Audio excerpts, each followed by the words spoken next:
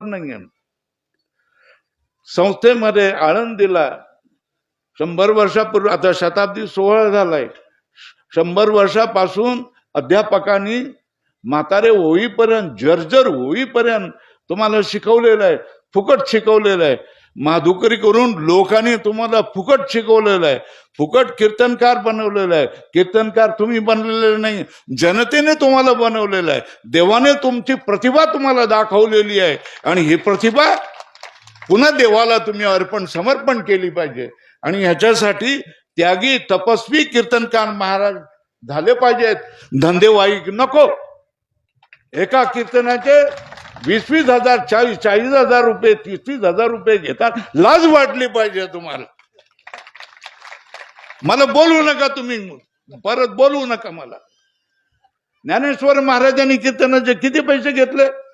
तुकाराम महाराजांनी कीर्तनाचे किती पैसे घेतले? नामदेव महाराजांनी किती पैसे घेतले? एकनाथ महाराजांनी किती पैसे घेतले? मामा दांडेकरांनी किती पैसे घेतले? जोग महाराजांनी किती पैसे घेतले? सांगा तर मला ना, किती पैसे, त्यावेळेला रेट काय होता तो तर मला सांगून द्या ना. कीर्तनाचा धंदा करू नका, पाप लागेल तुम्हाला. संप्रदायाचा नाश करणारे तुम्ही विनाशकारी लोक ठराल. मी सगळ्यांना सांगतोय, कीर्तनाविषयी काय करायचं. तुकाराम महाराजांनी 3 अभंग म्हणाले, ती प्रमाण नाही सांगत, ती प्रमाण सांगा ना. कीर्तनाचे पैसे घेतले तर काय होतं हे तुकाराम महाराजांनी नेमकी ती प्रमाण दडवून ठेवता काय? बाकीची सगळी प्रमाण सांगाल, ती प्रमाण सांगा. नाही सांगणार ते प्रमाण, त्यांचं ते पाठ नाही ते सांगा ना, ते सांगा. कीर्तनाचा धंदा करू नका, संस्थेचा धंदा करू नका. एका संस्थेमध्ये किती पैसे घेतात? 10,000, 20,000, 30,000, 40,000. तुम्ही फुकट शिकले आणि लोकांकडून काय करता? आमच्या जीवावर तुम्ही धंदा करणार, आमच्या जीवावर तुम्ही बायका पोरांना पोसणार. खोटं आहे तुमचं. कसं नाही, काय नाही खरं. तुमच्याकडून काही काम होऊ शकणार नाही. तुम्ही आता तर मी बोलतोय, कळकळीने बोलतोय, हृदयापासून बोलतोय. तुम्ही काय करायला सज्ज व्हा की आम्ही देखील स्वामीजी सारखं, जंगले महाराज शास्त्री सारखं आम्ही देखील काम करू. अरे किती घडवलेले आहेत संस्थेने, किती वारकरी घडवलेले आहेत, महाराजांनी किती वारकरी घडवलेले आहेत, आमच्या सारख्याने किती घडवलेले आहेत. एवढे सगळे जर कामाला लागले तर अधर्म सगळा काय जाऊन पळून जाईल, पाप सगळं पळून जाईल. आम्ही कामाला लागले पाहिजे ना. आमच्या आम्ही जे शिकलो ते पोटा पाण्यासाठी काय वापर करायचा का? आपल्या बायका पोरं पोसण्यासाठी काय वापर त्याचा करायचा? मग कशासाठी करायचा? धर्म आणि देवा धर्माचा प्रचार करण्यासाठीच करायचा. आणि तुम्ही लग्न करता, अरे परमार्थाच्या वर शिडीवर चढलेला आहेत आणि तुम्ही लग्न करताय. एकुलता एक मुलगा आहे, एकुलता एक मी मुलगा आहे, माझ्याशिवाय कसं होईल?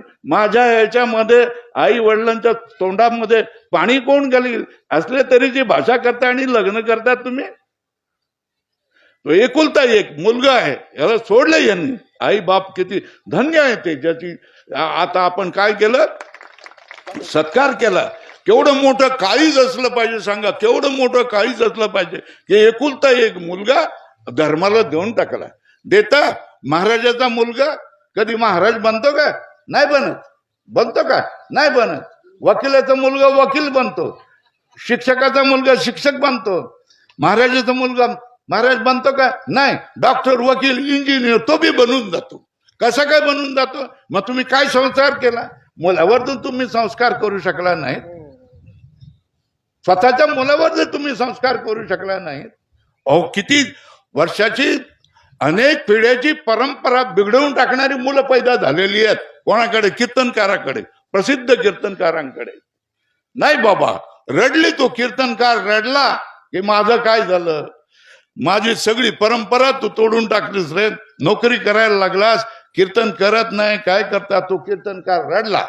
रडून त्यांनी सांगितलं, संस्थेमध्ये पाठवलं, सगळीकडे पाठवलं, सगळीकडे नन्नाचा पाडा. बहिर्मुख लोक काय करू शकणार? आपल्या मुलांमध्ये जर आपण असं करू शकलो नाही तर दुसऱ्यांना आपण काय करू शकणार? तेव्हा सांगण्याचं कारण काय? तुम्ही बघा, तुमचा मुलगा तुम्ही आमच्या पाया पडेल, मोठा सत्कार कराल, जे पाहिजे ते घ्या म्हणाल, पण आपला मुलगा महाराज वा असं म्हणाल का? नाही. आपला मुलगा वकील व्हायला पाहिजे, आपला मुलगा डॉक्टर व्हायला पाहिजे, इंजिनियर व्हायला पाहिजे, राजकारणी बनायला पाहिजे, DSP बनायला पाहिजे, असं